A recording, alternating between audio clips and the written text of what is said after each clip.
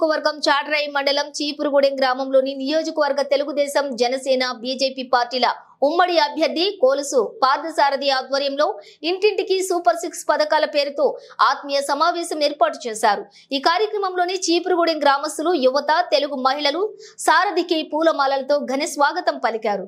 ఈ కార్యక్రమంలోని మండల తెలుగుదేశం పార్టీ అధ్యక్షురాలు బొట్టు వరలక్ష్మి, ఏలూరు జిల్లా పార్లమెంట్ అధికార ప్రతినిధి మందపాటి బసవారెడ్డి, జిల్లా తెలుగు రైతు ప్రధాన కార్యదర్శి మోరంపూడి శ్రీనివాసరావు, విజయ మిల్క్ డైరెక్టర్ బొట్టు రామచంద్రరావు, చీకటి చెన్నారావు, పల్లగాని దుర్గారావు, సీనియర్ నాయకులు నూతక్కి వేణు గోపాలరావు, అక్కినేని చందు, అత్తులూరి శ్రీనివాసరావు, కంచర్ల హనుమంతరావు, తెలుగుదేశం జనసేన పార్టీ నాయకులు, కార్యకర్తలు, తెలుగు మహిళలు, అభిమానులు పాల్గొన్నారు।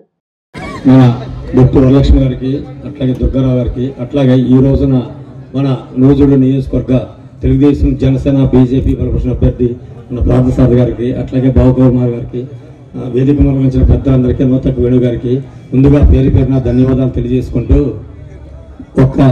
కొన్ని విషయాలు మనం చర్చించుకోవాల్సిన విషయం ఉంది। మొట్టమొదటిగా ఈ గ్రామంలో నాకున్న అనుబంధాన్ని చెప్పుకోవాల్సి వస్తే బొట్టు సూర్యనారాయణ గారి కాడి నుంచి కూడా ఆయనతోటి మాకు ఎంతో అనుభవం ఉంది। అట్లాగే బొట్టు రామచంద్రరావు గారు 95లో సర్పంచ్ అయినప్పటి నుంచి, మేము 95లో సర్పంచ్ అయినప్పటి నుంచి కూడా ఈ గ్రామంలో అనేక పనుల కోసం మేము ఆఫీసులో పోరాటం చేసి ఒకరికంటే ఒకళ్ళు ఎక్కువ పనులు తేవాలని 95వ సంవత్సరం కానించే పోరాటం చేసి మేము ఎక్కువ పనులు ఈ గ్రామంలో సాధించాం। మీ అందరికీ కొంతమంది గుర్తుండొచ్చు, ఆ రోజున బీసీ కార్పొరేషన్ ఉంటే 95లో మీ రామచంద్రరావు గారు ఇక్కడ ఎస్సీ కార్పొరేషన్ ద్వారా కానీ, చాట్రాయి మండలంలో చాట్రాయి గ్రామంలో మేము కానీ అనేక అభివృద్ధి పనుల్లో పోటీ పడేవాళ్ళం।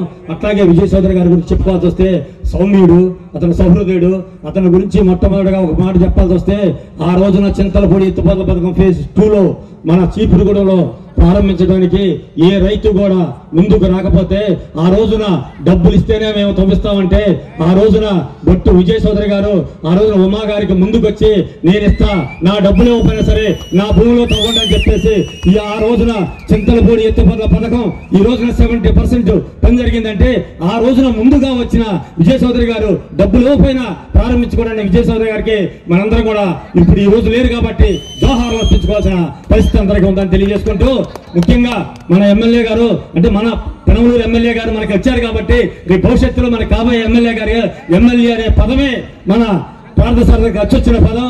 ఆయన ఎప్పుడు ఎమ్మెల్యేగా గెలిచిన ఓటమంటే లేదు। ఆయన కావాల్సింది ఏంటంటే సామాన్య కార్యకర్తలకి అందుబాటులో ఉంటూ ఏ పని అయినా సరే అధికారుల్ని పట్టు వదలని విక్రమార్కుల్లాగా పనులు చేపించడంలో దిట్ట। ఆయన దగ్గరికి వెళ్ళిన పని కొంచెం అటు ఇటుగా ఉన్నా సరే కార్యకర్తలు ఏ పని అయినా సరే ఇబ్బందులు పడుతుంటే ఆ పనులన్నీ కూడా సగర్వంగా చేపిస్తారని మనందరం కూడా తెలియజేసుకుంటూ, ముఖ్యంగా మనం ఈ రోజున అందరం అనేక రకాలుగా చెప్పుకున్నాం। ముఖ్యంగా చంద్రబాబు నాయుడు గారి భార్యని అసెంబ్లీలో ఏ విధంగా అవమానించారో మనం ఒక పట్టుదలగా, ఒక కక్షగా మనం వైఎస్ఆర్ పార్టీని ఓడించాలనే ఒక కక్షతోటి మనందరం కృషి చేయాల్సిన బాధ్యత ఉంది। ఎందుకంటే అంత వయసులో ఉన్న ఆమెను అవమానపరచడం అంటే చాలా బాధాకరం। ఆ రోజు నుంచి కూడా మన చంద్రబాబు నాయుడు గారు అసెంబ్లీలో అడుగు పెట్టనున్నారు। అటువంటి ఆయనకి మనందరం కూడా నూజివీడు నియోజకవర్గం నుంచి మనందరం సీటింగ్ ఇచ్చాల్సిన ఘనత ఉంది। అందుకనే అందరం గెలిపిద్దాం అంటున్నాం। కానీ ఈ మండలంలో ఇంతవరకు కూడా మనకు ఒక రాంగోడ గారి టైంలోనే వచ్చింది, ఎప్పుడు రాలేదు।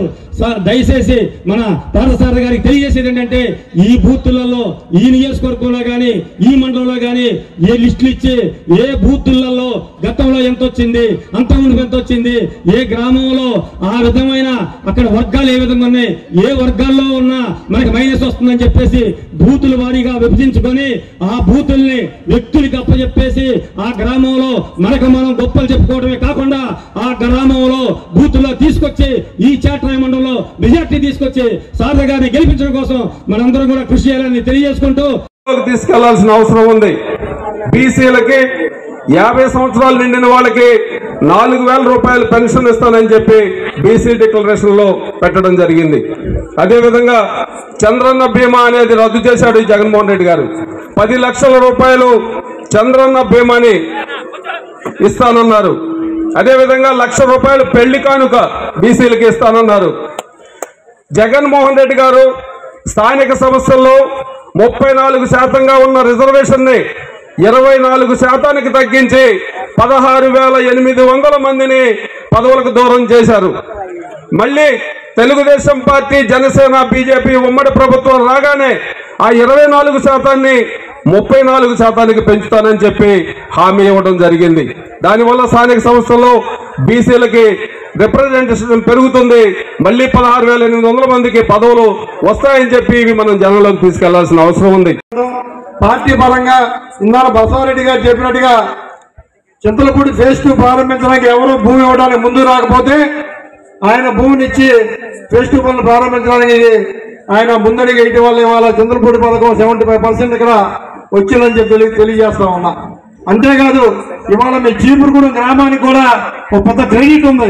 ఏంటంటే ఆ క్రెడిట్ పశ్చిమ గోదావరి జిల్లా నుంచి గోదావరమ్మ తల్లి వచ్చి స్ట్రైట్ గా ఫేజ్ 2 పథకం ద్వారా చీపురుగూడెం కృష్ణా జిల్లాని టచ్ చేస్తుందంటే అది చీపురుగూడెమే చరిత్రలో మిగిలిపోతుందని చెప్పేసి తెలియజేస్తా ఉన్నా.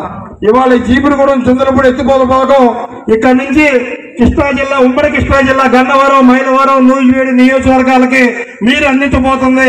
ఆ క్రెడిట్ విజయ్ చౌదరి గారికి చీపురుగూడెం గ్రామస్తులకి చెందుతుందని చెప్పేసి ఈ గ్రామంలో ఉన్న రైతులకి చెందుతుందని చెప్పేసి తెలియజేస్తా ఉన్నా. మరి ఇవాళ చాలా సంతోషంగా ఉంది. చింతలు మన